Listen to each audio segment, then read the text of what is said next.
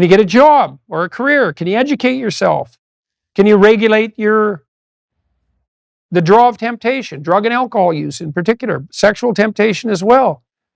Oh, do you do anything that's remotely resembling civic responsibility? Are you a member of a political party? Do you go to church?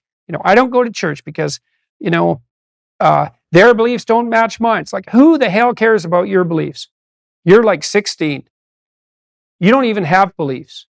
And if you think it's like you're right and the Catholic Church is wrong, well, good luck with that attitude. And that isn't to say that the church, for example, or a political party doesn't need repair, because all institutions are always falling apart and corrupt. That's a story as old as time. That's the evil uncle. But good, you have something to do. Go fix it up. Definition of man. What am I, a biologist? But as it happens, I am a biologist, so I guess I don't have that excuse. Productive generosity is good. I once read a good description of Christian charity, and it was productivity plus generosity, which I really liked, because the hyper empathic types only concentrate on the generosity end of that. It's like, I'm generous, yeah, but like, do you have any money? No, I'm generous with other people's money. Yeah, well, you're missing half the equation there. And that's really the distinction between conscientiousness and agreeableness from a personality perspective. Those are two cardinal personality traits. And agreeableness, which is basically an empathy dimension, has no correlation whatsoever with success in enterprise, business, creative domains. In fact, among managers, agreeableness looks like it's slightly negatively correlated with success, because hyper-agreeable managers can't say no. They can't discipline their employees. They can't set limits. And they're susceptible to manipulation. So productive generosity is pretty good. There is more to it, obviously, more to being a man than productive generosity, but as a central notion, that's a good one.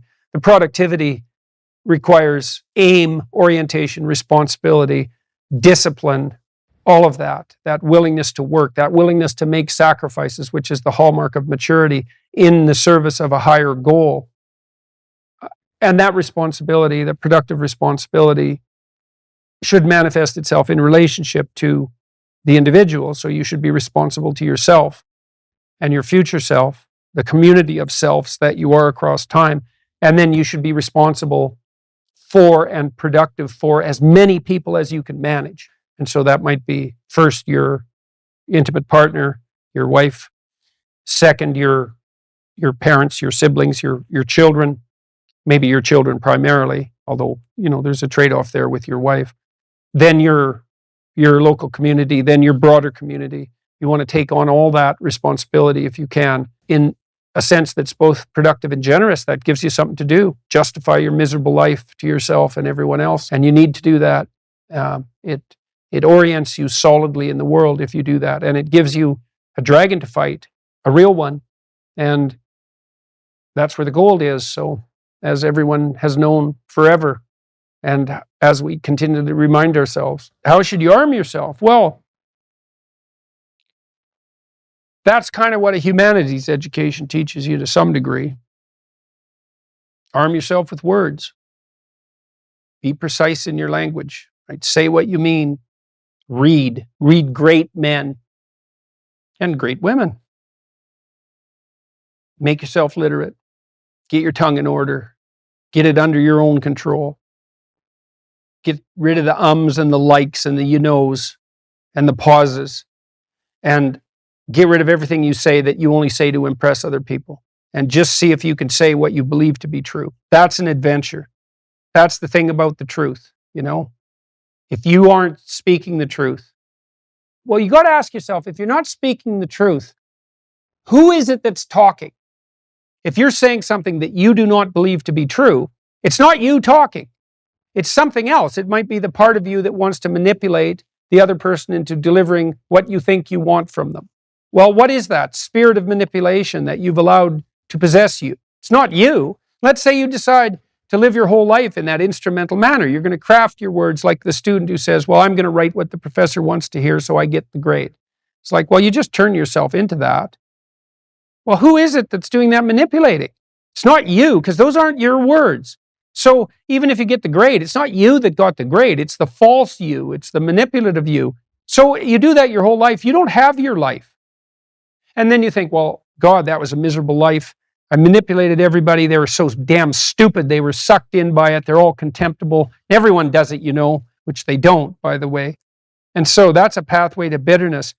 Partly because if you're a manipulator and you use your language falsely, you don't live your own life.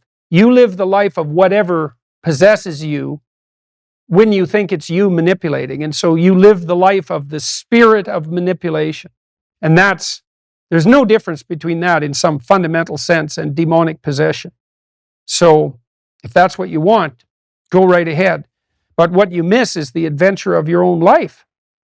Because if you say what you think, this is a really important thing to understand. You have no idea what will happen if all you do is say what you think.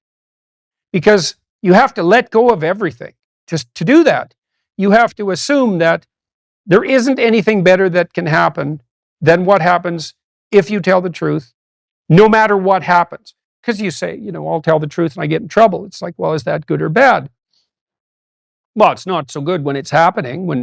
When you get in trouble, that can be devastating. But in the medium term or the long term, in my situation, I've gotten in trouble plenty of times for things I've said. And many times I thought, that was fatal. That was the end. I said something or it was misinterpreted. But often I said something that I was going to get taken out. I was going to get canceled. And that was the end of my reputation. And every single time, and I hope partly because I didn't say things that I didn't think were true, every single time it switched around. And so eventually the cancellation attempt not only failed, but massively backfired. But man, living in that gap between when the pressure was on, let's say, and it turned around, that wasn't pleasant. But it's certainly adventurous because you don't know what's going to happen. And maybe that is the adventure of your life, right? Imagine that the world was constituted so that the true adventure of your life emerged as a consequence of truth in speech and action. Because that would be reflective of the real you, so it would be you living.